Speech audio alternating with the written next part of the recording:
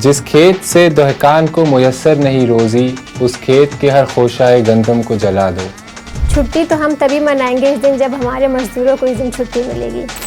So don't you think कि हमें इस चीज़ की कोई तहरीक चलानी चाहिए और इन फूड पार्टनर राइडर्स को, ऊबर ड्राइवर्स को, इन ड्राइव ड्राइवर्स को, करीम ड्राइवर्स को यूनाइट करके इस तरह की कोई पेटिशन फ़ाइल की जाए जिनमें उनको उनके हुकूक दिलवाए जाएं कि आए दिन किसी न किसी फैक्ट्री में, किसी न किसी कंस्ट्रक्शन साइट पे, किसी न किसी मज़दूर को डेथ हो जाती है। अगर बात की जाए फूड पांडा राइडर्स की, लेबर कोर्ट आया हो कि मुझे रेगुलराइज किया जाए, मैं फूड पांडा का राइडर हूँ। और आपको फूड पांडा का एक इंसिडेंट याद होगा जो हाल में हुआ था कि एक फूड पांडा राइडर का एक्सीडेंट हो गया था। तो यूके में ऊबर के वर्कर्स ने कोर्ट में केस किया कि हम जो है ऊबर के वर्कर्स हैं तो हमें रेगुलराइज किए जाएँ। इनका हमारे साथ कोई ऐसा रिलेशनशिप नहीं है तो हम इनको वर्कर्स मानते नहीं हैं। फिर सुप्रीम कोर्ट ने ये डिक्लेयर किया कि चूँकि सारा फ़ायदा ऊबर को है और वो एप्लीकेशन ऊबर की है तो वो ऊबर के ही वर्कर्स हैं।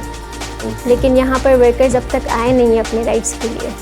बट सैडली, एंड मुझे कहना नहीं चाहिए शायद online, but still I would say कि जो हमारी लेबर डिपार्टमेंट्स हैं वो बुरी तरह नाकाम है इस चीज़ को सही करने के लिए।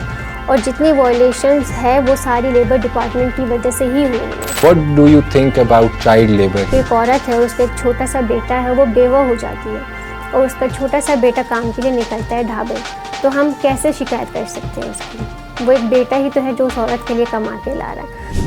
पंजाब में तो बहुत सारे केसेस रिपोर्ट हुए। अफसोस के साथ कहना पड़ता है कि एक जज साहब के घर में भी इसी तरह का एक वाक़या पेश आया कि वो कितने दिन कमरे में बंद रखे गए, कीड़े पड़ गए, वो इतने ज़ख्म थे, इलाज तक नहीं करवाया गया। करें वो भी हमारे प्रोफेशन के लिए। हमें शर्म आती है ये बोलते हुए कि इतने पढ़े लिखों के घर में मासी पे इतनी बुरी तरह तशद्दुद किया गया। और जब बात कोर्ट में गई तो ये कह देना कि she was not mentally stable. If she was not mentally stable तो प्लीज़ उनको किसी हॉस्पिटल में आप एडमिट कर देते। ये तो हमारे यहाँ हर केस में जब भी बात हाथ से निकलती है तो मेंटली अनस्टेबल का एक टैग लगा के गुल अहमद रिलेटेड। सो उसमें भी यही हुआ था कि जी ऑल ऑफ अ सडन यही होगा कि जी she is not mentally stable.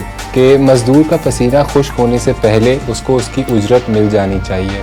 मेरा तमाम आलमी दुनिया के मज़दूरों को सुर्ख सलाम।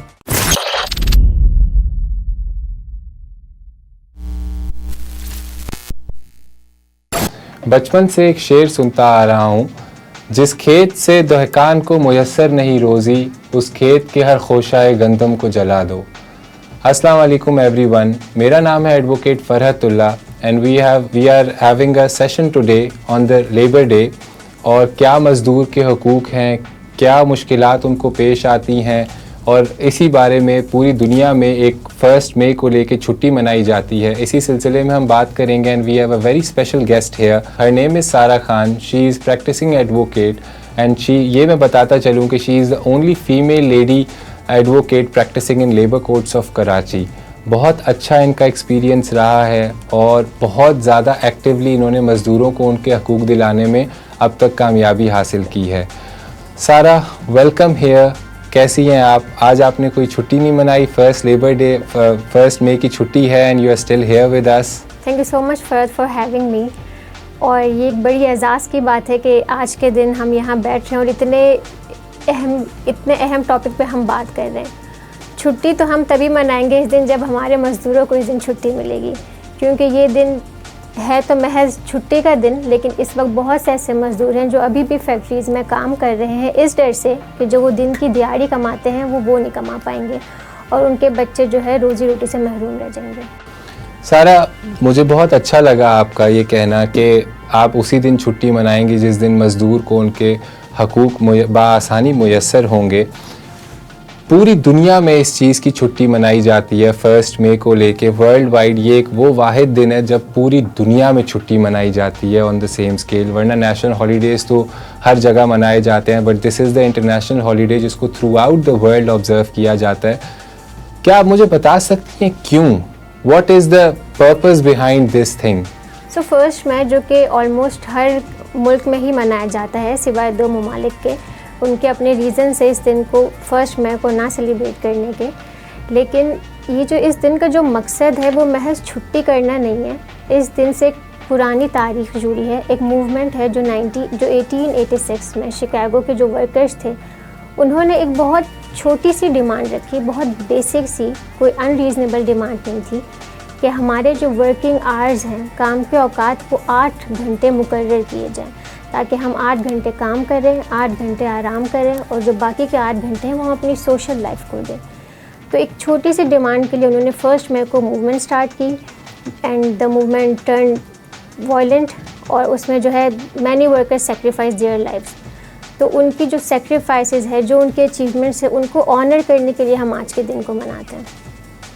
अच्छा, सो सारा, बिफोर वी कंटिन्यू फर्दर, पहले तो आप मुझे बताएं कि ये मज़दूर है क्या? What is labour in terms of law?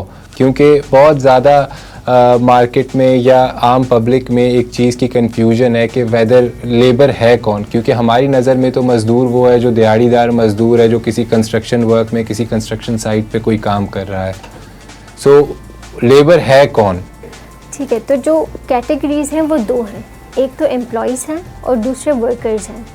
अब एम्प्लॉइज़ वो हैं जो एडमिनिस्ट्रेटिव लेवल पे आ जाते हैं, जो मैनेजरियल पोस्ट पे होते हैं, जिनके पास ये इख्तियार होता है कि वो किसी को काम पर रखें या उनको काम से निकाल दें। उनके पास बाकी भी काफ़ी ऐसे इख्तियारात होते हैं जो एक आम मज़दूर के पास नहीं होते। ये एक बहुत बेसिक सा फ़र्क है। दूसरे, ये जो वर्कर्स वो होते हैं जो एक ऐसा काम कर रहे हैं कि जिसमें कोई इंटेलेक्चुअलिटी की ज़रूरत नहीं है, वो एक बहुत ही मैनुअल क्लैरिकल काम होता है। हाँ, लेकिन जब उस काम में उनको बहुत तजुर्बा हो जाए, काफ़ी साल गुजर जाए, तो फिर वो स्किल्ड वर्कर्स कहलाते हैं। लेकिन यहाँ भी एक डिफरेंस है, फेडरल और जो सिंध प्रोविंसेस के जो कानून हैं उनमें एक फ़र्क है, क्योंकि 28वीं तरमीम से पहले आप जानते हो कि ये फेडरल सब्जेक्ट था।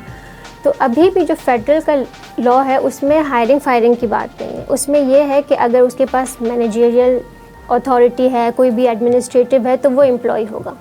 लेकिन जो सिंध का लॉ है वो थोड़ा सा ईजी है और फेवर करता है वर्कर्स को इस सेंस में कि अगर सिर्फ वो अगर मैनेजरियल पोस्ट पे भी है, अगर वो सुपरवाइज़र भी है, लेकिन अगर वो किसी को रखने का या निकालने का इख्तियार नहीं रखता, तो वो मज़दूर की कैटेगरी में आता है। ओके, सो इसी बात से अगर हम आगे लेके चलें तो what do you think about the food Panda Riders जो हमें डिलीवरीज करते हुए नज़र आते हैं रातों में? वो तो उनकी part time sort of job आजकल एक है, या उबर करीम ड्राइवर्स हैं। डू यू थिंक कि क्या वो भी लेबर हैं?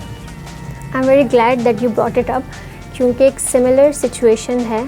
अगर बात की जाए फूड पांडा राइडर्स की, तो मैंने अपने एक्सपीरियंस में ऐसा एक भी केस नहीं देखा कि जहाँ किसी फूड पांडा राइडर लेबर कोर्ट आया हो कि मुझे रेगुलराइज किया जाए, मैं फूड पांडा का राइडर हूँ। लेकिन हाँ, एक सिमिलर केस है, ऊबर एक एप्लीकेशन है जो यूके में भी है, पाकिस्तान में थी लेकिन अब नहीं है। तो यूके में ऊबर के वर्कर्स ने कोर्ट में केस किया कि हम जो है ऊबर के वर्कर्स हैं, तो हमें रेगुलराइज किए जाएं। एंड ऊबर जो यहाँ पे मोस्टली एम्प्लॉयर्स कहते हैं कि नहीं जी, ये हमारे वर्कर्स नहीं है, ये तो कॉन्ट्रैक्टर के वर्कर्स हैं। तो ऊबर ने ये कहा कि ये एक अलग से कॉन्ट्रैक्टर्स हैं, इनका हमारे साथ कोई ऐसा रिलेशनशिप नहीं है, तो हम इनको वर्कर्स मानते ही नहीं है। लेकिन कोर्ट ने ये डिसाइड किया कि चूँकि वो जो एप्लीकेशन यूज़ करते हैं वो ऊबर की है, उस एप्लीकेशन पे जिस तरह उनको ड्राइव की रिक्वेस्ट आती है वो एप्लीकेशन के ज़रिए आती है। रिक्वेस्ट से पहले उनको ना पैसेंजर का नाम पता होता है, ना पैसेंजर को ड्राइवर के बारे में कोई ऐसी सच मालूमात होती है। तो चूँकि और उससे जो फ़ायदा हो रहा है वो भी ऊबर कंपनी को हो रहा है। और यहाँ भी अक्सर जैसे मैं इन ड्राइव में बैठती हूँ तो मैं पूछती हूँ ड्राइवर से, मेरी एक आदत है कहीं भी मुझे वर्कर्स मिल रहे तो मैं पूछती हूँ कि क्या आपको कम से कम उजरत मिल रही है, तो क्या आपका कोई कमीशन है? तो वो बताते हैं कि इसमें कंपनी का अपना ज़्यादा मुनाफा होता है। तो फिर सुप्रीम कोर्ट ने ये डिक्लेयर किया कि चूँकि सारा फ़ायदा ऊबर को है और वो एप्लीकेशन ऊबर की है, तो वो ऊबर के ही वर्कर्स हैं। लेकिन यहाँ पर वर्कर्स अब तक आए नहीं हैं अपने राइट्स के लिए। सो डोंट यू थिंक कि हमें इस चीज़ की कोई तहरीक चलानी चाहिए और इन फूड पांडा राइडर्स को, ऊबर ड्राइवर्स को, इन ड्राइव ड्राइवर्स को, करीम ड्राइवर्स को यूनाइट करके इस तरह की कोई पिटिशन फाइल की जाए जिनमें उनको उनके हुकूक दिलवाए जाएं? जी बिल्कुल, तहरीक चलानी चाहिए। और आज यहाँ बैठने का मकसद ही ये है कि इन लोगों तक हमारी आवाज़ जाए कि ये आपके हुकूक हैं, आप प्लीज़ इनके लिए आएँ। क्योंकि सिर्फ हमारा पिटिशन फाइल करना तो काफ़ी नहीं होगा, जिनके लिए ये है कानून उनका आना बहुत ज़रूरी है। और आपको फूड पांडा का एक इंसिडेंट याद होगा जो हाल में हुआ था कि एक फूड पांडा राइडर का एक्सीडेंट हो गया था and he died. Yes, that lift incident, I believe. Yes. तो उसमें ये हुआ कि फूड पांडा ने उसे कॉम्पनसेट किया उसकी फैमिली को, जो कि जितना बनता था उतना नहीं किया. They like paid him the half amount, लेकिन they did compensate his family. तो आई थिंक कि अगर हम कोर्ट जाते हैं तो it would be a success for them. Okay, वैसे नॉर्मली ये तो it's very surprising for me to know कि इस तरह की सिचुएशन में उसकी फैमिली को कॉम्पनसेशन मिला, but normally we keep on hearing incidents, news पे आ रहे होते हैं, या obviously we are in the field, तो कलीग्स जो इस तरह के काम कर रहे हैं उनसे भी पता लग रहा होता है कि आए दिन किसी न किसी फैक्ट्री में, किसी न किसी कंस्ट्रक्शन साइट पे, किसी न किसी मज़दूर को अल्लाह रहम करे पर डेथ हो जाती है, या लाइफ टाइम कोई एक इस तरह की चोट लग गई कि वो लाइफ टाइम की आँखों का कोई मसला हो गया, किसी का बाजू टूट गया, किसी की टांग टूट गई. Do you think labours have that right to exercise कि वो कोर्ट्स में जाएं, अप्रोच करें और अपने कॉम्पनसेशन उसमें लें, and how do you think how far would they be successful in doing that?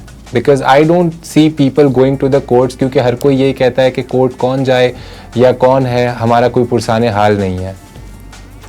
जी फ़रत, बिल्कुल वो कोर्ट जा सकते हैं. और यहीं पे मैं एक केस की एग्जांपल दूंगी जो अली इंटरप्राइज पे एक बहुत ही मशहूर वाक़या हुआ है कि जो आग लगने से 280 या उससे ज़्यादा के करीब वर्कर्स जल के राख हो गए.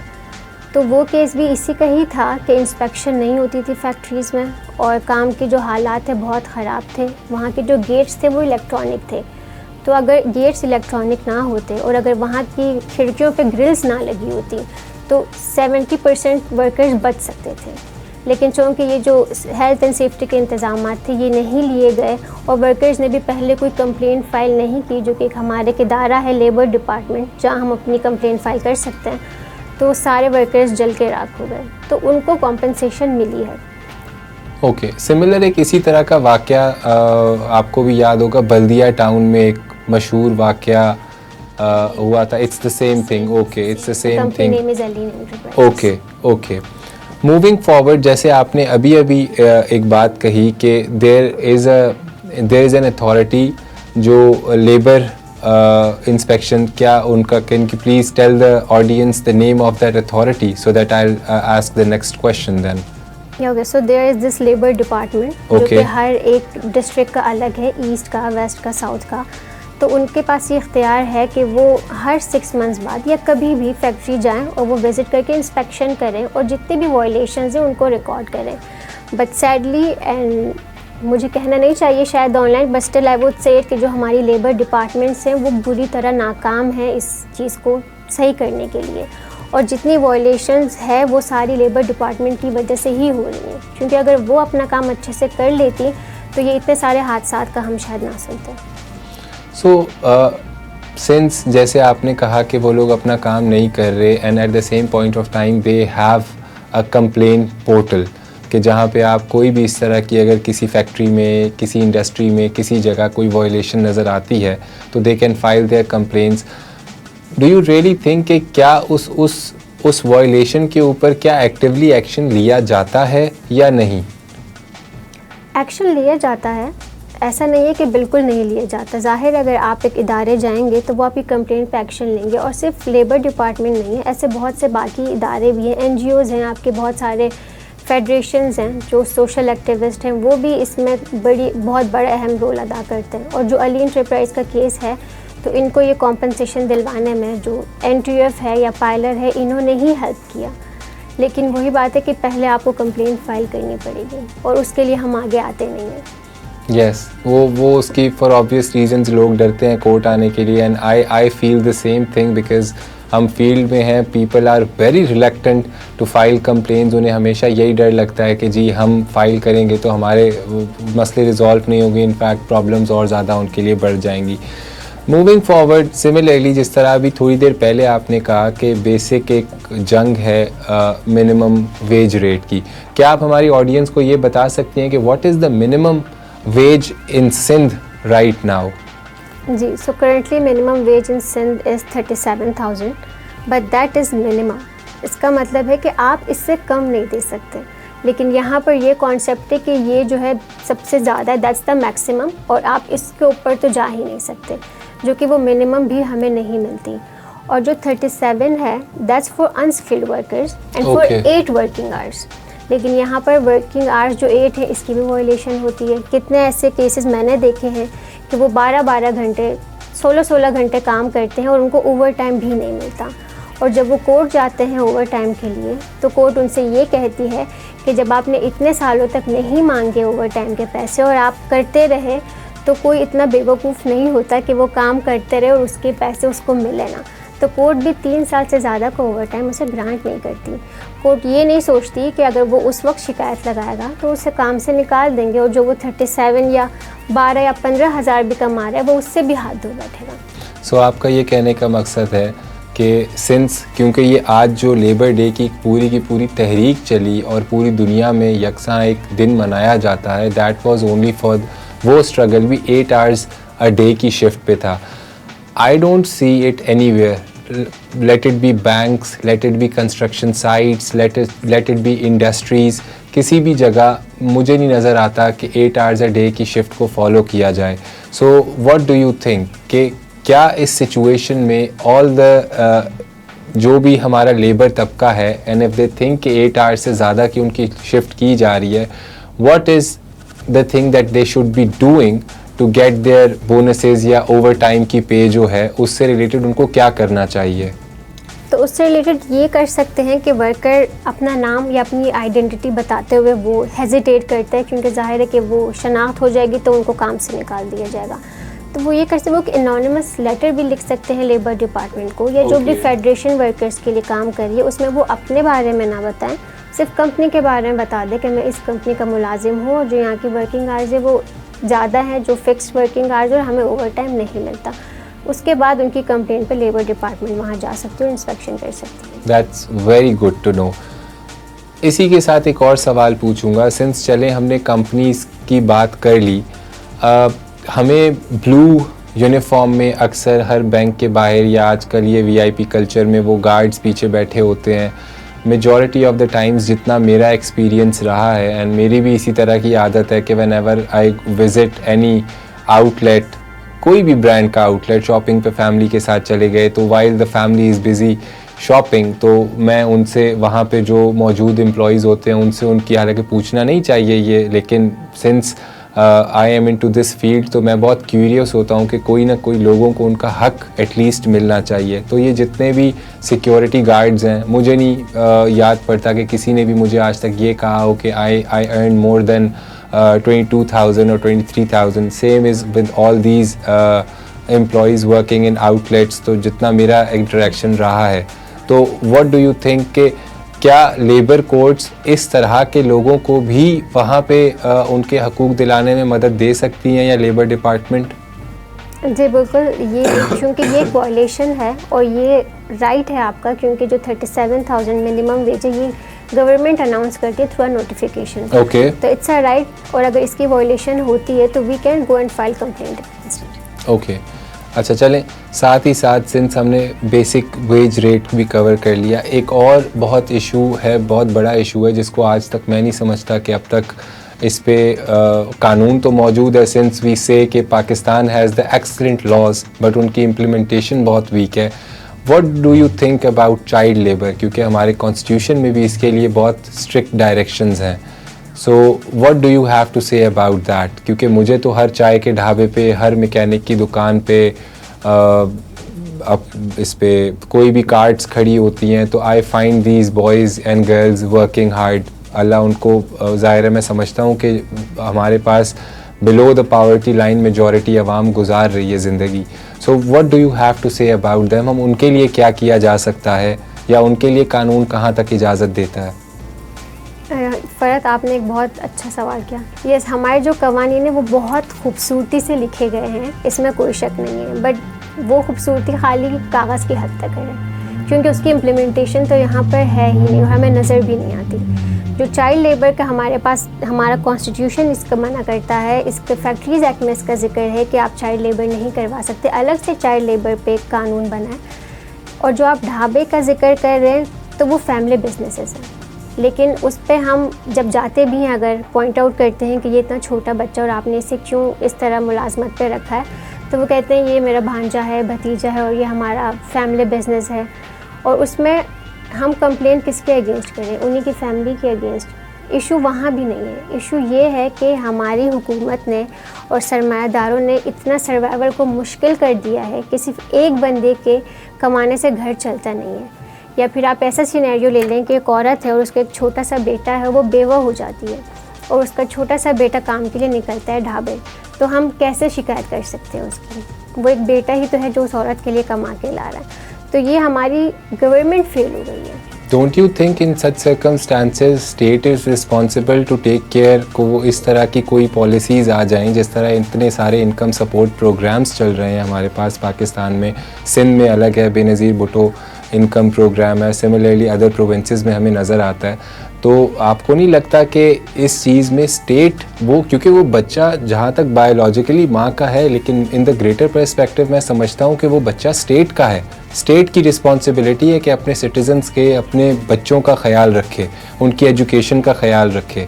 पहले ज़िम्मेदारी स्टेट की ही बनती है, लेकिन अगर आप देखें तो हमारे आइन में तालीम का भी जिक्र है कि स्टेट का काम है कि हर एक को वो तालीम दे, लेकिन हम यहाँ देखते हैं कि किसी बच्चे को तालीम नहीं दी जा रही। तो कानून अगर अलग से कोई हम कितनी नई पॉलिसीज़ बनाएंगे जब उस पर अमल दरामद ही नहीं होगा। बेशक स्टेट को काम करते रहना चाहिए, लेकिन उससे भी कहीं ज़्यादा जितने हैं कम से कम उन पे अमल दरामद होना चाहिए। So the problem is with the implementation, Yes, it is. not the legislation. Yes. Okay. अच्छा सारा सिंस मैं नॉर्मली हमने देखा है कि कंपनीज़ के बाहर बहुत सारे प्रेशर ग्रुप्स होते हैं। कोई भी एक कंपनी है, ट्रेड यूनियंस हमने हमेशा अक्सर सुना किसी भी कंपनी में। पहले तो बहुत ज़्यादा अक्सर कंपनीज़ की बहुत स्ट्रेट अवे पॉलिसी होती है कि जी इस कंपनी में यूनियन का बनना इलीगल है या उसकी इजाज़त नहीं दी जा सकती। बट इसके बरक्स अगर मैं कॉन्स्टिट्यूशन में देखता हूँ तो ये तो फंडामेंटल राइट है कि right of association. What do you have to say about this practice in the companies? तो जो राइट टू फॉर्म यूनियन है वो आर्टिकल 17 ऑफ कॉन्स्टिट्यूशन भी हमें देता है, वो सिंध इंडस्ट्रियल रिलेशंस एक्ट भी वर्कर्स को देता है। और जहाँ तक रिक्वायरमेंट की बात है तो हर कंपनी, ऑलमोस्ट हर कंपनी में यूनियन मौजूद है, लेकिन वो सिर्फ पेपर की हद तक है, जिनको हम पॉकेट यूनियंस कहते हैं। Okay. उसमें वो यूनियन तो बना देते हैं, लेकिन उसमें वर्कर्स की कोई रिप्रेजेंटेशन नहीं होती। वो अपने कुछ मुंतखब किए हुए लोग, वो उनको जो उनके काम के हैं या जो उनके ख़ास हैं या जो वो एम्प्लॉयर्स कैटेगरी में आते हैं, उन्हीं के नाम से वो बस रिक्वायरमेंट्स पूरी करते हैं और यूनियन रजिस्टर कर देते हैं। जिन ग्रुप्स की आप बात कर रहे हैं, ये जो अक्सर वर्कर्स बाहर प्रोटेस्ट करते हैं, आप इन ग्रुप्स बिल्कुल इन ग्रुप्स की ही बात कर रहा हूँ। तो पीसफुल प्रोटेस्ट तो हर एक का राइट है, but yes outside the company नहीं, इसके लिए भी एक जगह मुकर्रर की गई है। इसका भी एक तरीक़ेकार है कि आप स्ट्राइक का नोटिस दें, आप स्ट्राइक पर जाएं, जो कि कानून ने आपको राइट दिया है, लेकिन स्ट्राइक भी आप विदाउट नोटिस नहीं दे सकते हैं। Okay. आप नोटिस दें, आप स्ट्राइक करें। स्ट्राइक करने से मुझे लगता है कि समहाउ कंपनी टेबल पे आ जाती है बात करने के लिए, क्योंकि जब स्ट्राइक होती है तो पूरा काम बंद हो जाता है कंपनी का, और वो कंपनी नहीं चाहती। ठीक है। अच्छा साथ ही साथ सिंस क्योंकि हमने एक वेज की मिनिमम की भी बात की, तो बात करते हुए मुझे एक हदीस का हवाला देना चाहूँगा कि अक्सर हम सुनते हैं कि मज़दूर का पसीना सूखने से पहले उसको उसकी उजरत मिल जानी चाहिए। सारा, व्हाट डू यू थिंक, हमारे पास ये हदीस कितनी एक्सरसाइज की जाती है?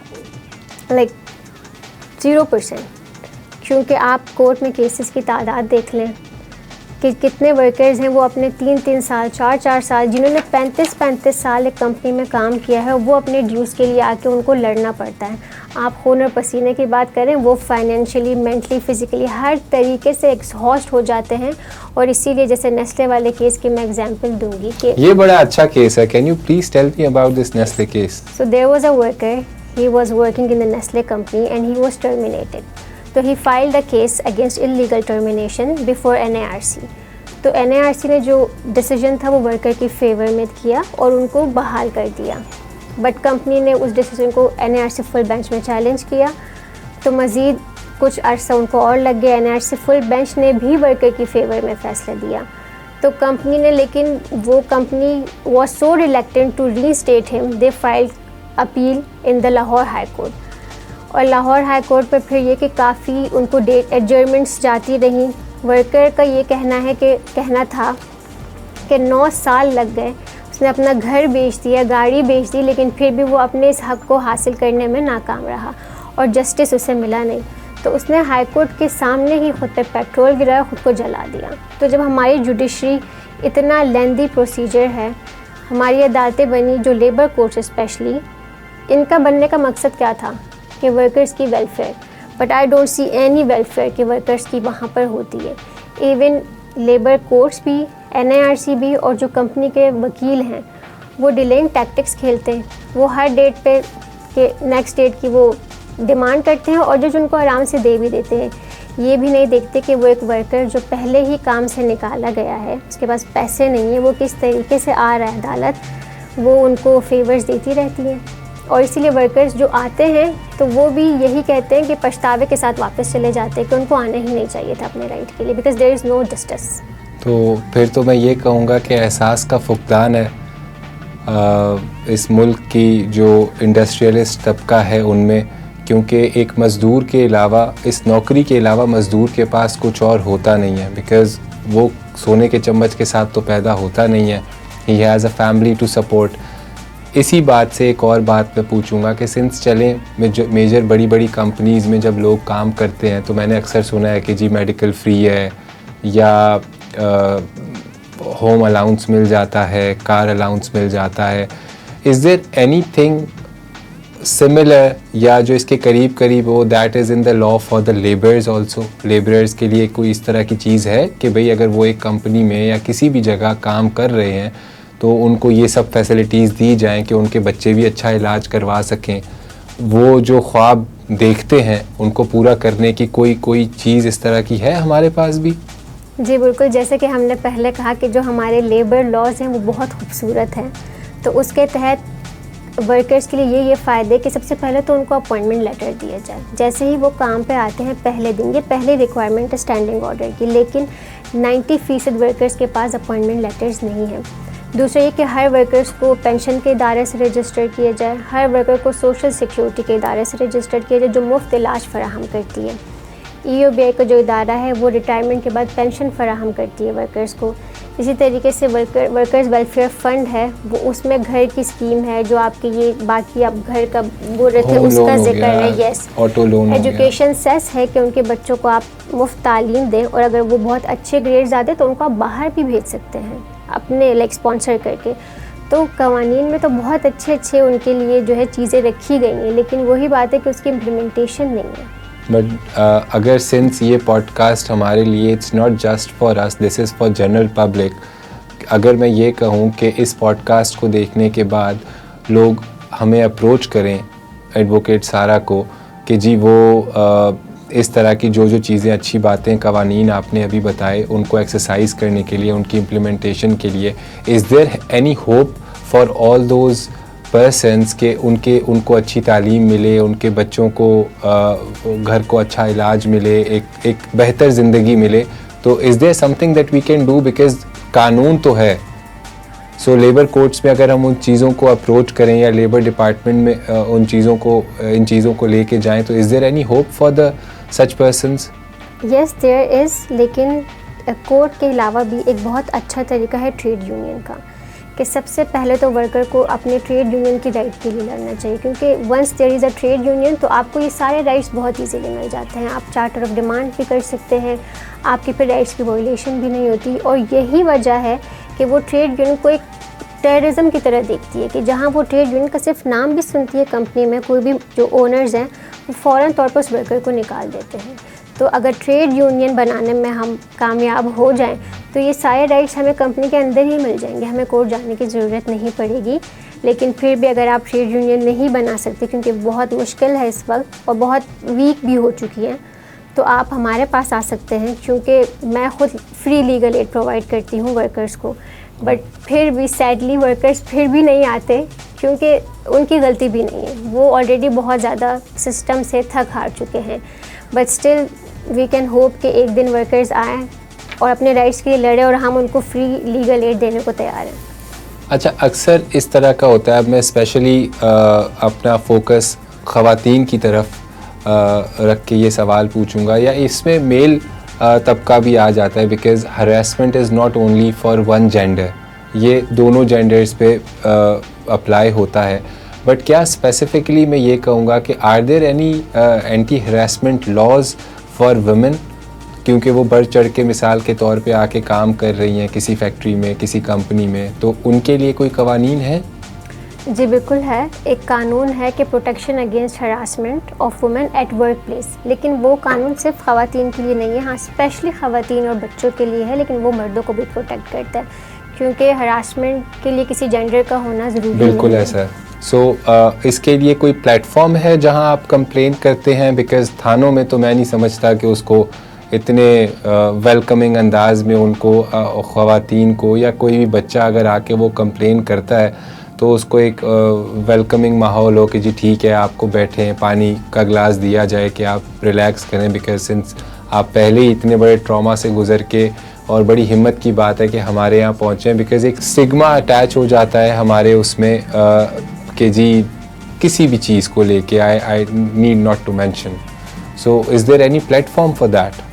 Yes, there is a platform for that. एक तो आपका एक्ट आ चुका है, तो उस एक्ट के तहत हर एक कंपनी जो है, उन कंपनी के अंदर ही एक इंक्वायरी कमेटी बैठेगी, ताकि कोई भी ऐसी कंप्लेंट जाती है किसी भी वर्कर की तरफ से, तो वो उस पर पूरी इंक्वायरी करेंगे और उस पर अपना डिसीजन देंगे। और अगर वर्कर हूँ और मैं उस डिसीजन से मुतमईन नहीं हूँ, तो फिर मैं उसको चैलेंज कर सकती हूँ ओम्बड्समैन के आगे, क्योंकि एक्ट ने there are federal ombudsman and provincial ombudsman as well, जहाँ पे आप जाके अपनी कंप्लेंट फाइल कर सकते हैं। एक बहुत आपको इंटरेस्टिंग केस बताऊंगी कि जब ये एक्ट पहले आया था 2010 में, तो ये सिर्फ फ़िज़िकल हरासमेंट को ही, ये इसके स्कोप में सिर्फ फ़िज़िकल हरासमेंट था, बाकी किस्म की जो हरासमेंट थी ये उसे डील नहीं करता था। अब हमारे यहाँ क्या एक मेंटालिटी है, क्या कोई कहता भी है कि हरासमेंट हुई है, तो पहला सवाल यही होता है कि क्या किया, कैसे टच किया। तो harassment is not just a physical touch, उसमें आपकी वर्बल हरासमेंट भी आती है, मेंटल भी आती है, इसमें बहुत सारे एग्ज़ाम हैं। तो एक केस फाइल हुआ था जिसमें जो कंप्लेनेंट थी वो फेल हो गई थी ये प्रूफ करने में कि उनके साथ कोई फ़िज़िकल हरासमेंट हुई है। उसके बाद वो केस तो हार गई, लेकिन उसके नतीजे में ये कि तरमीम आई कानून में, और 2022 में इसकी जो डेफिनेशन थी हरासमेंट की, उसको बहुत ज़्यादा उसकी स्कोप को वाइड कर दिया गया कि अगर वर्बल हरासमेंट है या साइकोलॉजिकल है, ये सब भी इस एक्ट में डील करेंगे। तो अगर काम के माहौल में कोई भी आपको मैसेज करता है बार बार के गुड मॉर्निंग, और आप उससे डिस्टर्ब हो रहे हो, and if this behaviour is unwanted and you don't like it और यू गेट अनकम्फर्टेबल, तो आप उसके ख़िलाफ़ भी कंप्लेंट फाइल कर सकते हो। हाँ, अगर कंसेंट है वो एक अलग बात चली जाती है। और फिर ऐसे क्या कोई मैनेजर है आपसे सुपीरियर, वो पोस्ट पे है और वो आपको बार बार प्रपोज कर रहा है कि लाइक ऑफर्स दे रहा है कि लेट्स हैव अ कॉफ़ी या कुछ भी, और if you don't like it तो you can file complain against him. ज़रूरी नहीं कि वो आपको टच करे तो ही आप कंप्लेन फाइल कर सकते हैं। अच्छा, ये ताकने के बारे में आपका क्या ख्याल है? लोग अक्सर देखते हैं, ताड़ते हैं, या वो पूरा एक स्टेयर किया जाता है और फॉलो किया जाता है, या आजकल सिंस सोशल मीडिया जनरेशन है हम सब, तो सोशल मीडिया पे बार बार पोक करना, फ्रेंड रिक्वेस्ट भेजना, या अनवांटेड जिस तरह अभी आपने कहा मैसेजेस करना, तो क्या ये भी उसी डेफिनेशन में कवर होता है? सो यस, स्टॉकिंग, आप मुसलसल किसी को घूर रहे हैं और आपके इस तरह घूरने से अगर वो अगला शख्स अनकम्फर्टेबल हो रहा है, तो of course it does comes under the definition of harassment, और आप कंप्लेंट फाइल कर सकते हैं। और फ़रत आप देखें कि जो फैक्ट्री में वर्कर्स हैं, जो कि इतना उनकी अवेयरनेस नहीं है अपने राइट्स को लेकर, उनके साथ तो बहुत ज़्यादा हरासमेंट होती है, लेकिन वो आगे आती नहीं है। मुझ जैसी लड़की, मुझ जैसी का मतलब कि मैं लॉयर हूँ, so I am well aware of my rights. मैं जब पहली बार लेबर कोर्ट गई तो कुछ 2-3 वकील हजरात ने मुझे ख़ुद से एक मशवरा दिया, मैंने उनसे मांगा भी नहीं था उनका ओपिनियन। कह रहे मैडम आप कहाँ यहाँ आ गई कोर्ट कचहरी में, ये आपकी जगह थोड़ी है, आप जाएं एसी में बैठे इन हाउस काम करें। I didn't ask for his like opinion, but जब हम जैसों को ये फेस करना पड़ता है कि जिनको अपने राइट्स के बारे में इतनी अवेयरनेस है, तो जो फैक्ट्री या कंपनीज़ में ख़वातीन हैं तो उनके साथ क्या होता होगा। बिल्कुल। और ऐसा ही एक सर्वे था, I had the privilege to conduct a survey, जिसमें हमने 3 कैटेगरीज के वर्कर्स को चूज़ किया था, factory, home based and agriculture workers. तो उसमें हमने काफ़ी 100 इंटरव्यूज़ किए। तो जो एग्रीकल्चर वर्कर्स थी उनको हरासमेंट का मतलब ही नहीं पता था, 20 की 20 वर्कर्स को। That's sad to know. और जब उनसे पूछें कि आपके साथ हुई है, तो उनका समझाने के बाद तो उनका रिएक्शन ऐसे होता है कि नहीं नहीं नहीं नहीं, क्यों, एक आप वाली बात स्टिग्मा अटैच हो जाता है, बिल्कुल। तो उनको ही फिर बुरी नज़र से देखा जाता है, बिकॉज, और ये एक हमारी एक मेंटालिटी है कि ये she must have done something wrong जो इसके साथ ऐसा हुआ। तो ये भी एक बहुत बड़ी वजह है कि ख़वातीन आगे नहीं आती कंप्लेंट फाइल करने के लिए, वरना हरासमेंट के जो केसेस है वो इतने कम क्यों हैं। हमारा माहौल इतना अच्छा तो है नहीं कि हरासमेंट होती नहीं होगी, हाँ वो रजिस्टर्ड नहीं होती। अच्छा, साथ ही साथ जिस तरह अभी आपने अपने एक सर्वे की बात की जिसमें आपने 3 क्लास ऑफ वर्कर्स लिए, तो एक उसमें आपने टर्म यूज़ की होम बेस्ड वर्कर्स। तो क्या होम बेस्ड वर्कर्स ये जो मासी या हाउस मेड्स हैं, क्या आप इनकी बात कर रही हैं? नहीं, जो मेड है ये डोमेस्टिक वर्कर्स में आती है। ओके। और जो होम बेस्ड वर्कर्स वो वर्कर्स हैं, अक्सर आप मार्केट्स में कपड़े देखते होंगे जिसपे पूरे एम्ब्रॉयडरी का काम हुआ है। बिल्कुल। तो small industries, small scale industries जो घरों में बनी हुई होती हैं। नहीं, ये मोस्टली होती बड़ी कंपनीज के लिए, लेकिन इनका एक कॉन्ट्रैक्टर होता है, ठेकेदार, जो मोहल्ले में जाता है और जो घर में ख़वातीन होती है वो उनको वो काम सब में डिस्ट्रीब्यूट करता है, और जिसकी उनको उजरत भी बहुत कम मिलती है। तो वो जो घर पे बैठे ख़वातीन काम करती है, जो सप्लाई चेन का हिस्सा है, वो है होम बेस्ड वर्कर्स। तो उसका भी एक मैंने उनसे भी इंटरव्यू लिया था, तो उन्होंने कहा कि जो ठेकेदार मुझे काम फराहम करता था वो पीछे पड़ गया था कि मुझसे शादी करो, and the girl was engaged already. ये तो अलमिया है। तो सोचें, जब जो काम फराहम कर रहे हैं वही ऐसी रिक्वेस्ट मुसलसल किए जा रहे हैं। पहले वो घबराई, क्योंकि ज़ाहिर है अगर वो ये बात करती तो सबसे पहले क्या होना था, अपनी फैमिली ही साथ नहीं देती है लड़कियों बिल्कुल का, ऐसा, और वो रिश्ता भी टूट जाता। समहाउ वो she manage to escape the situation, लेकिन ऐसे सिचुएशंस होती हैं। अच्छा, एक चीज़ और मुझे बताएं कि जिस तरह आपने आज मज़दूरों के बारे में हमने पूरी एक बात की, जिस तरह मैंने अभी एग्जांपल दी मासियों की, ठीक है, एंड वो घरों में काम करती हैं, आती हैं। हमारे यहाँ तो मेजरली हर घर में कोई ना कोई इस तरह की हाउसमेड्स हमने रखी होती हैं। तो क्या लेबर लॉज उनको भी कवर करते हैं? क्या उनके हक के लिए भी कोई बात की जा सकती है? तो पंजाब ने डोमेस्टिक वर्कर्स के एक अलग से कानून पास किए हैं, पंजाब में इसकी लेजिस्लेशन हुई है। सिंध में अब तक इस पे एक पेंडिंग है अब तक ये सिलसिला डोमेस्टिक वर्कर्स का, तो इसलिए लेबर कवानीन में अब तक ये आया नहीं है। लेकिन हाँ, ये सोशल सिक्योरिटी से ख़ुद को रजिस्टर कर सकते हैं, और जो ये वर्क प्लेस हरासमेंट का एक्ट है ये इन पे अप्लाई होता है। ये सिंस जैसे अभी आपने खुद ही एक क्लासेस ऑफ वर्कर्स की बात की, तो उसमें बात निकली होम बेस्ड की, विच यू एक्सप्लेन्ड। मैं अपना सवाल दोबारा मोर स्पेसिफिक करूँगा, मासियों के बारे में आपका क्या कहना है, जो हमारे घर में हाउस मेड्स आती हैं, क्या कानून उनके लिए भी कोई कानून है?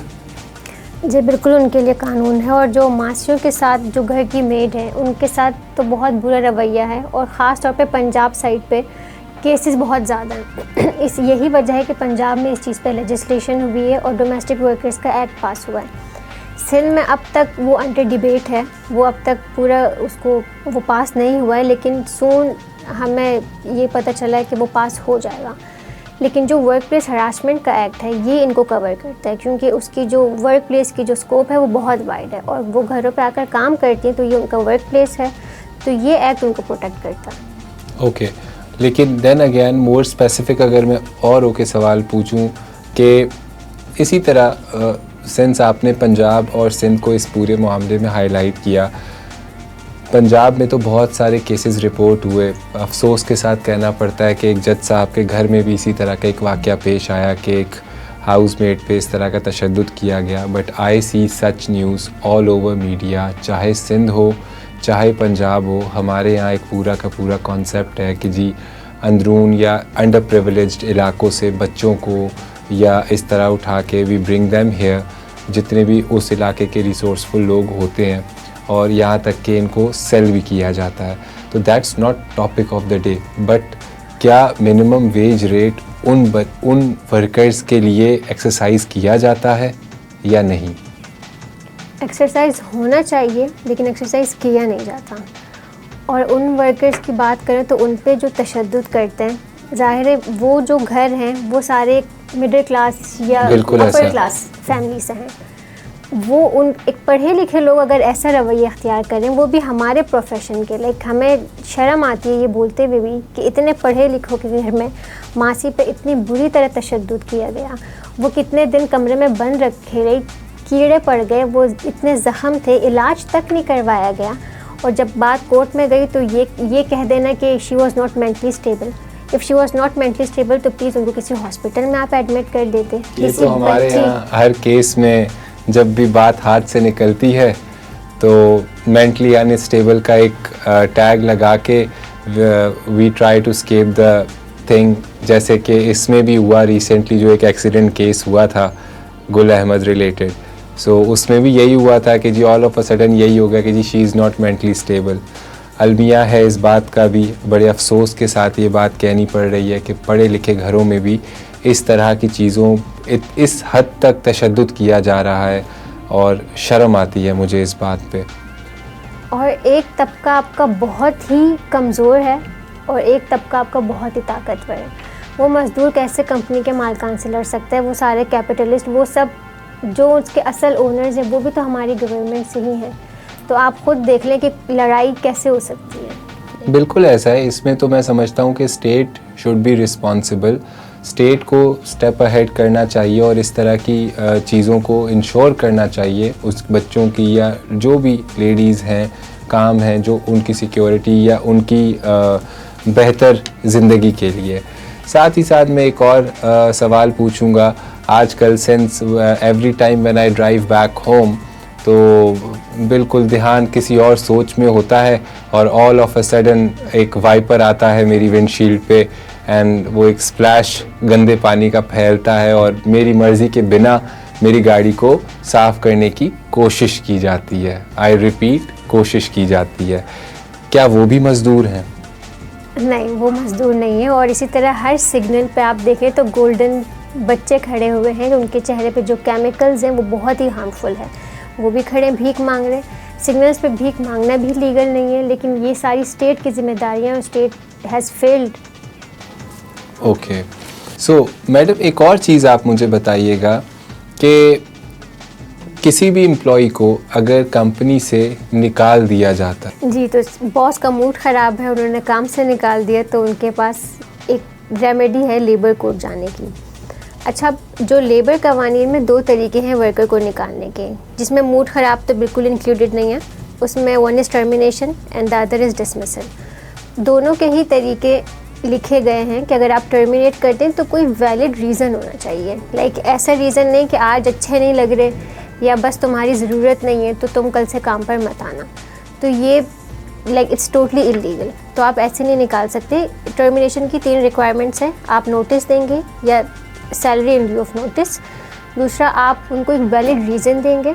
थर्ड, जितने भी ड्यूज़ बनते हैं अगले दिन ही वर्कर के हाथ में दे दें। Now there is another procedure which is dismissal. Dismissal उस सूरत में होता है कि वर्कर ने कोई मिसकंडक्ट किया, कोई ऐसी वायलेशन की जो उसे नहीं करनी थी, जो कि लेबर कवानीन में लिखी गई है। उसमें भी आप उनको ऐसे ही नहीं निकाल सकते। आप उनको चार्जशीट देंगे, उनके जवाब का इंतज़ार करेंगे, पूरी इंक्वायरी करेंगे। अगर उसके बाद भी आपको लगता है कि यस ही इज़ गिल्टी, तो आप उनको फिर डिसमिस कर देंगे।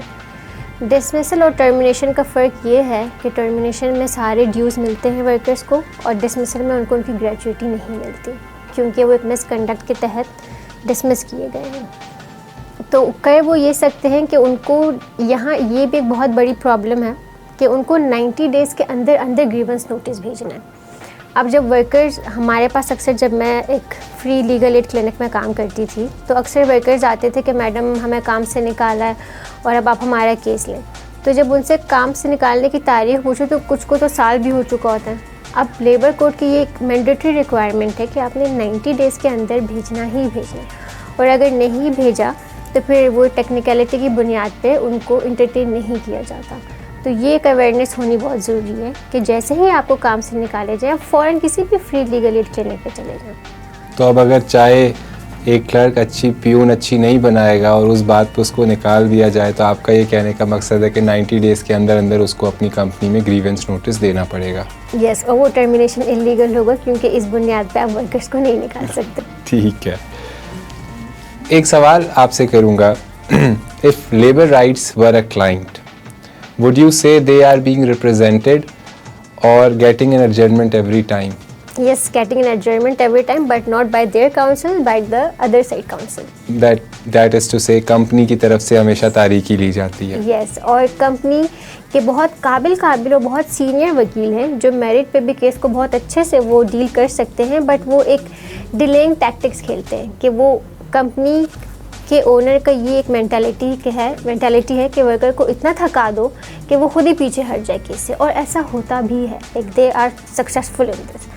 तो वो हर बार एडजर्नमेंट्स, ये मैंने पहले भी आपको कहा था, कंपनी के जो वकील है वो तारीख पे तारीख लेते जाते हैं। तो आपको नहीं लगता कि इस तरह की कुछ वर्कशॉप्स करवानी चाहिए फॉर द इम्प्लीमेंटेशन साइड पे जो लोग हैं, let it be the labour department, let it be court, let it be lawyers, जो भी इस पूरे के पूरे सिलसिले में स्टेक होल्डर्स हैं, and even the business owners, इस तरह की वर्कशॉप्स जिसमें इस तरह की ट्रेनिंग दी जाए, एटलीस्ट के बेसिक एहसास हो कि अगर कोई जायज़ हक मांग रहा है तो उसको इतनी जंग ना करनी पड़े अपने हकों की रसाई तक। बिल्कुल, वर्कशॉप्स होनी चाहिए, और वर्कशॉप्स के बाद भी मैं वकील जो हैं हमारे सीनियर, मैं उनसे भी रिक्वेस्ट करूँगी कि अगर आपको केस मिलता भी है तो आप प्लीज़ उसको मेरिट पे देखें, आप भी अगले वर्कर का जो कि गरीब है उसका एहसास करें। ये तो बेसिक रिस्पॉन्सिबिलिटी है, because we are the officers of the court, और क्लाइंट को सर्व करने से पहले हमारी ये जिम्मेदारी है कि हम मेरिट्स पे कोर्ट को प्रॉपरली असिस्ट करें ताकि इंसाफ डिलीवर हो सके।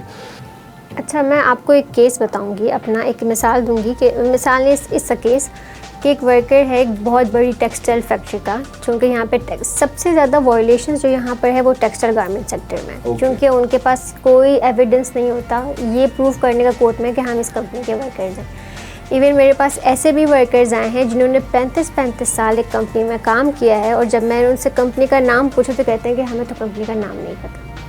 आप एक बिल्डिंग में 30 साल या 35 साल गए हैं, आपको उसका नाम तक नहीं पता, मतलब उनको ज़हनी इस कदर मासूम कर दिया गया, और उनको कोई गर्ज भी नहीं है कंपनी के नाम से, क्योंकि उनको जो रोज़ की रोटी है उनको वो कमाना आता है। तो एक केस था एक कंपनी का, उन्होंने क्या किया, कंपनी ने एक यूनिट बंद करना था, इंग्लिश में बोर्ड पे लगा दिया कि बस हम कंपनी बंद कर रहे हैं तो आप सबको कल से काम पे आने की ज़रूरत नहीं है। आप एक ऐसे तबके को इंग्लिश में नोटिस पे लगा रहे हैं जिनको वो पढ़नी भी नहीं आती। उसके बाद वो वर्कर मेरे पास आया, हमने केस फाइल किया, जज साहब ने केस का डिसीजन बहुत अच्छा दिया, हमारी फेवर में नहीं दिया, रीजनिंग बाकी बहुत अच्छी थी, पर उन्होंने ये कहा कि ठीक है इलीगल था ना टर्मिनेशन, बट हो गया, अब क्या ही किया जा सकता है। मतलब उनका सिर्फ ये कह देना है कि एक वायलेशन हो गई है तो बस अब हो गई है, सो लेट इट बी, अब क्या कर सकते हैं। तो ये एटीट्यूड है हमारे जजेस का इन केसेस में, जबकि लेबर लॉ में लिखा है कि आप बिना किसी वजह के और बिना नोटिस के उनको टर्मिनेट नहीं कर सकते, लेकिन कोर्ट की ये सिचुएशन है। एसेंस ही कानून की ख़त्म हो जाती है अगर हम इस बारे में बात करें, क्योंकि पर्पज़ ऑफ लेजिस्लेशन का पर्पज़ ही यही था कि वेलफेयर ऑफ द लेबरर्स। तो अगर वो ही चीज़ अचीव नहीं की जा सकती तो it's all a waste of time and energy.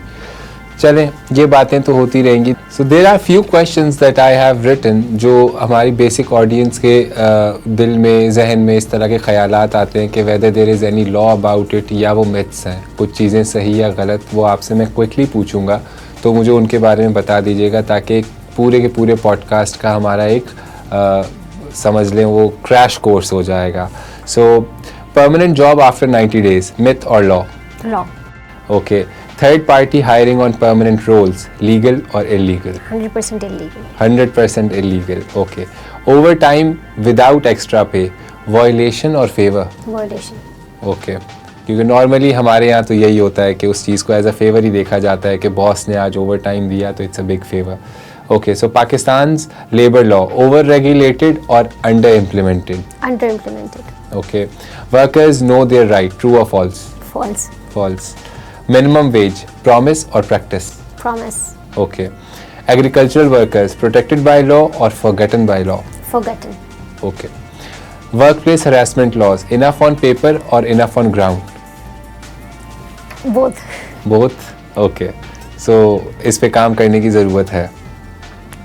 Dismissal without inquiry, legal or illegal? Illegal. Labor inspection, since we had a word about it during the podcast also. Labor inspection, proactive system or complaint driven system?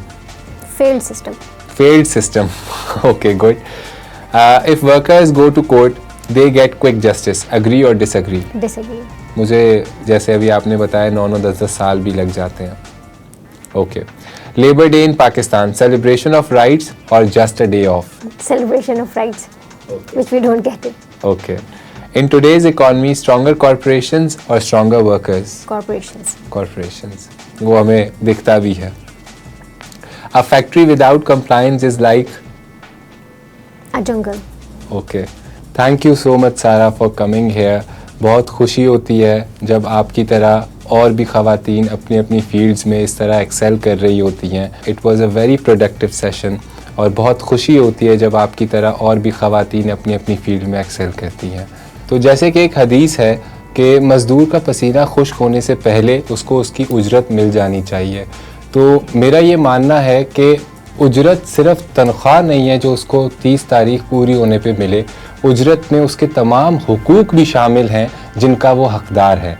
बचपन से लेके आज तक और रोज़मर्रा ज़िंदगी के हर काम में आप देखेंगे कि आपको अगर आज आपके टेबल पे खाना मुयस्सर है तो वो भी किसी मज़दूर, किसी किसान की, किसी मज़ारे की बदौलत है. आपके घर अगर आज साफ़ है तो वो किसी मज़दूर की बदौलत है. आप आज कुछ पहन रहे हैं तो वो किसी मज़दूर की बदौलत है. आपकी गाड़ी आज साफ़ है तो किसी मज़दूर की बदौलत है.